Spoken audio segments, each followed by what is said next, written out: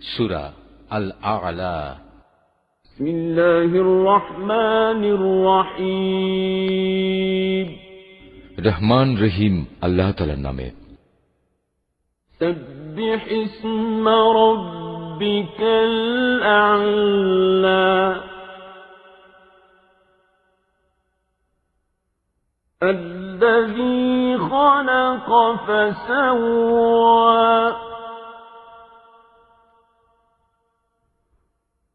والذي قدر فهدى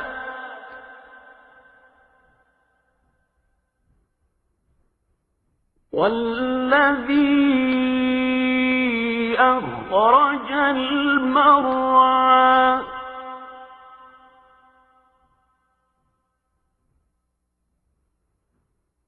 فجعله غثاء أحوى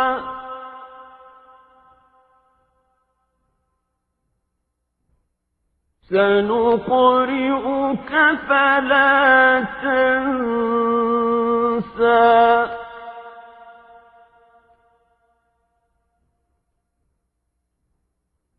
إلا ما شاء الله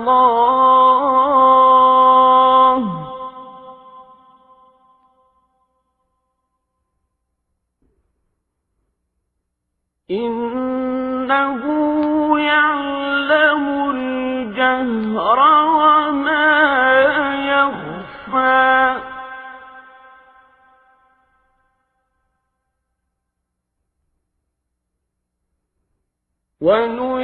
ونيسرك لليسرى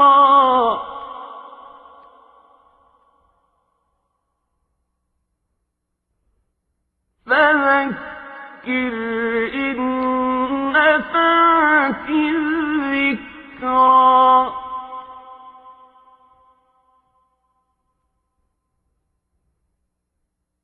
سيذكر من হে নবী, তোমার মহান প্রতিপালকের নামে পবিত্রতা ও মহিমা ঘোষণা করো, যিনি সৃষ্টিকুলকে তৈরি করেছেন, তাকে সুবিন্যস্ত করেছেন, তিনি সব কিছুর পরিমাণ নির্ধারণ করে দিয়েছেন, অতঃপর তিনি সবাইকে তাদের পথ বাতলে দিয়েছেন। তিনি ভূচরের জন্য ত্রিনাদি বের করে এনেছেন, অতঃপর তিনি তাকে একসময় খড়কুটায় পরিণত করেছেন।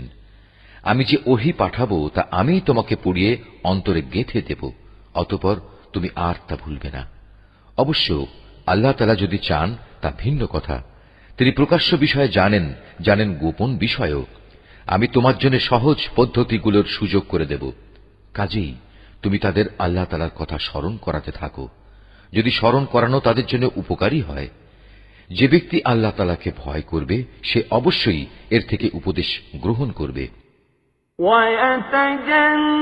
ويتجنبها الأشقى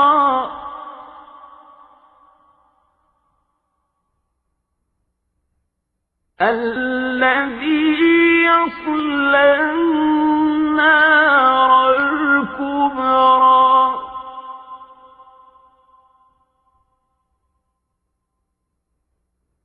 ثم لا يموت فيها ولا يحيا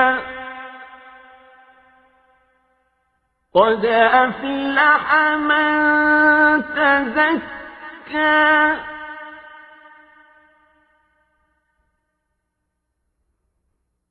وذكر اسم ربه فصلى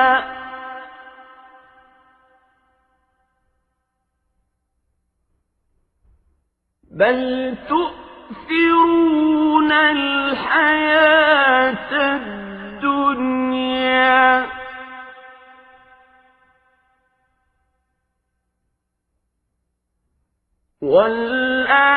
والآخرة خير وأبقى